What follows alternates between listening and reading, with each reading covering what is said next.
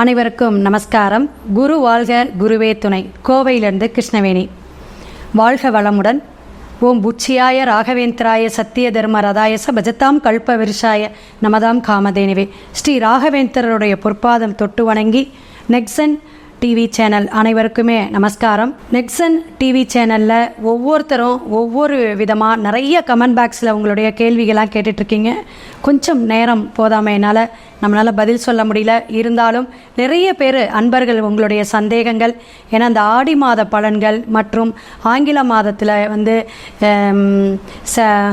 June, July, August எல்லாமே சொல்லிகிட்டு இருக்கோம். ஒவ்வொரு மாதத்துடைய பலாபலனும் நீங்கள் சிறப்பாக பார்த்துட்ருக்கீங்க, வாட்ச் பண்ணிகிட்ருக்கீங்க.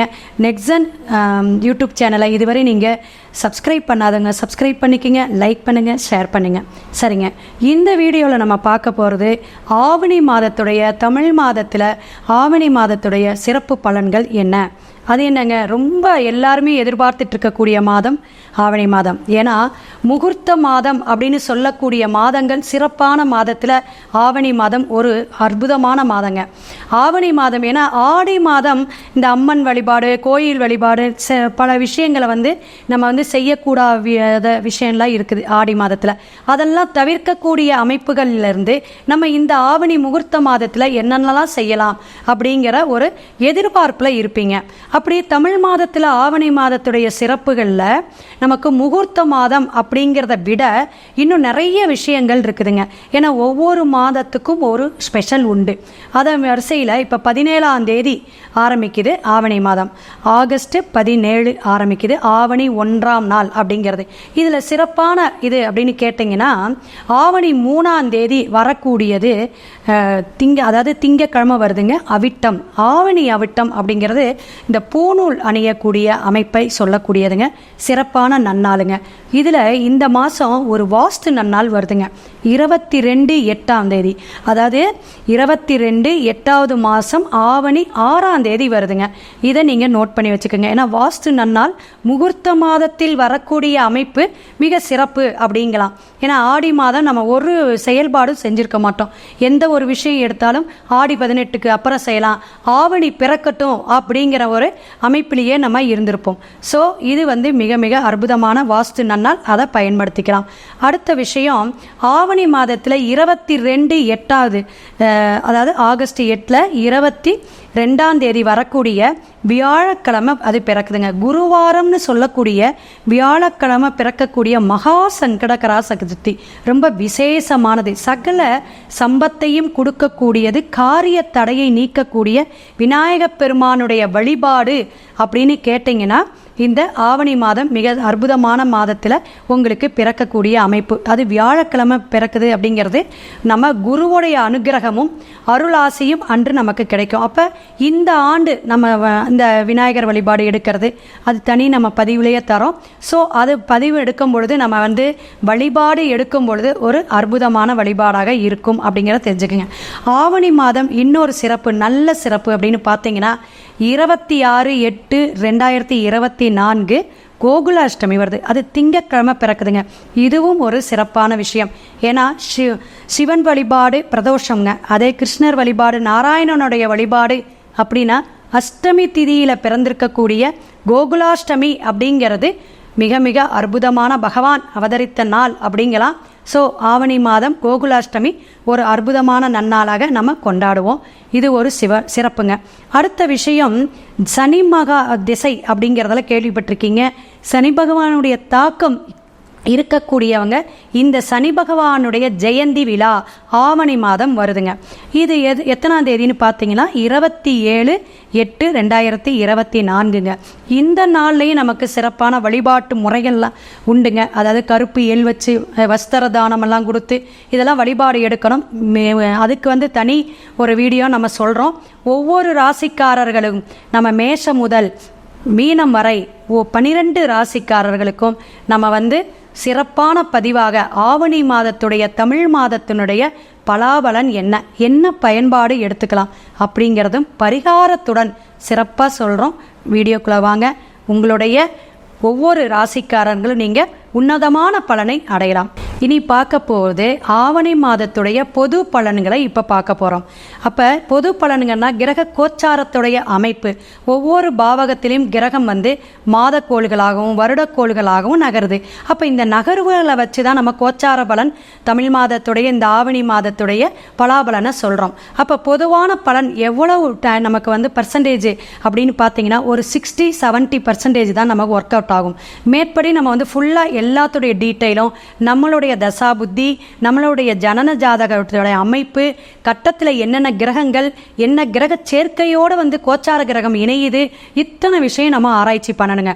அதனால் இந்த பொது பலனை நீங்கள் பயனடையணும். ஒவ்வொரு ராசிக்காரர்களுக்கு துல்லியமாக சொல்லியிருக்கோம். மேற்கொண்டு உங்களுடைய ஜாதகத்துடைய அமைப்பை பார்க்கணும் அப்படின்னு பார்த்தீங்கன்னா டிஸ்பிளேல என்னுடைய ஃபோன் நம்பர் வந்துட்டுருக்கு. நீங்கள் ஃபோன் நம்பரை நோட் பண்ணிக்கிங்க.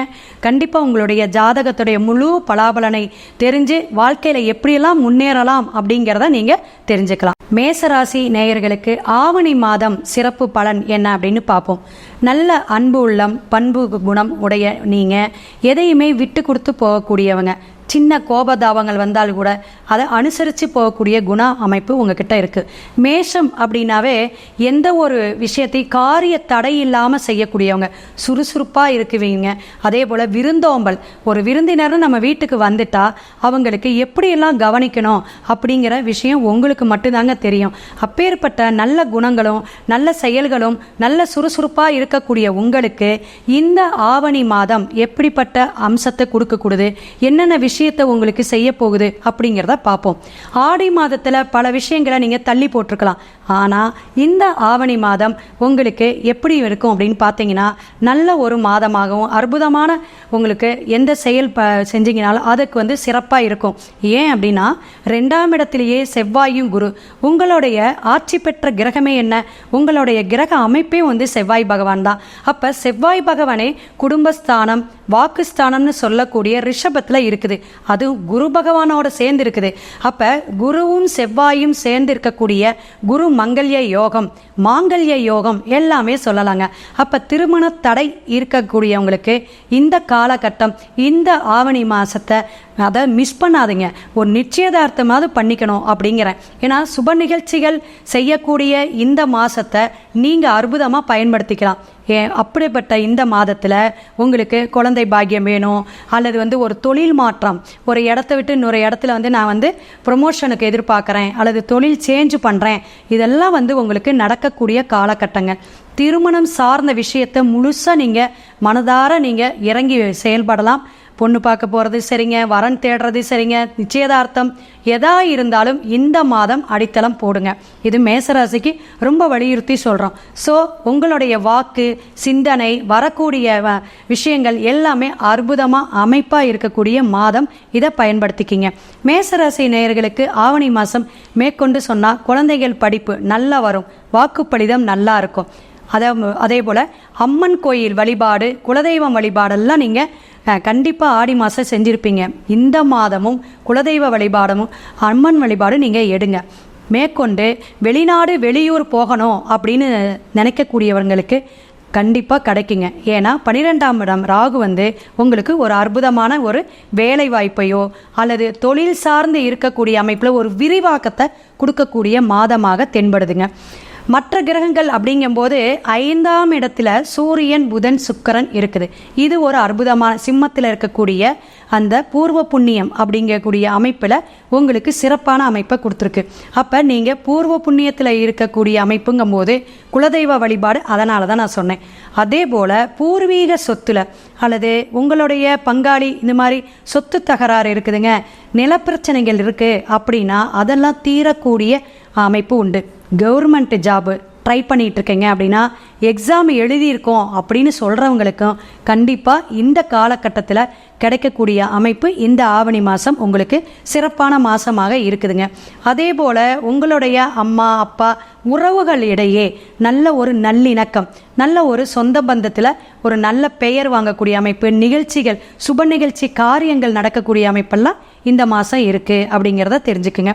மேற்கொண்டு சனி பகவான் வக்கரத்தில் இருக்கனால தொழில் சார்ந்த விஷயத்தில் அதிக முதலீடு இப்போதைக்கு வேணாம். ஏன்னா லாபத்தில் சின்ன சின்ன தடைகள், அதே போல் இந்த நண்பர்களிடையே சின்ன சின்ன நட்பு வட்டாரத்திலேயே ஒரு மனக்கசப்பு இருந்திருக்கும். அந்த மனக்கசப்பும் இந்த மாதம் கொஞ்சம் சால்வ் ஆகும். உங்களுக்கு நல்ல ஒரு அமைப்பை கொடுக்கக்கூடிய அமைப்பு.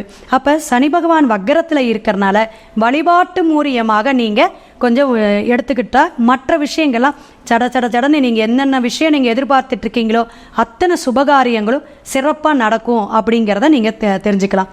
இதில் சனி பகவானுக்கு நீங்கள் சனி பகவானுடைய ஜெயந்தி விழான்னு வருது. அதில் 8 தீபம் நல்லெண்ணெய் வச்சு நீங்கள் தீபம் ஏற்றுங்க. சிவன் கோயிலில் இருக்கக்கூடிய நவகிரகத்துக்கு தீபம் ஏற்றுங்க.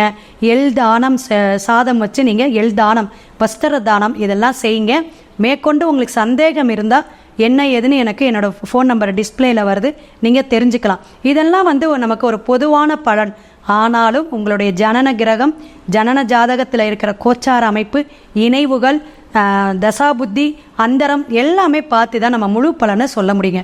அப்போ சகல காரியமும் வெற்றி பெறுவதற்கு நிறைய இந்நிகழ்ச்சிகள் இந்த மாதம் வருது. அதெல்லாம் கரெக்டாக நீங்கள் வழிபாட்டு முறையாக செஞ்சு பயனடைவீர் அப்படிங்கிறத தெரிஞ்சுக்குங்க. சிவாய நம. திருச்சிற்றம்பலம்.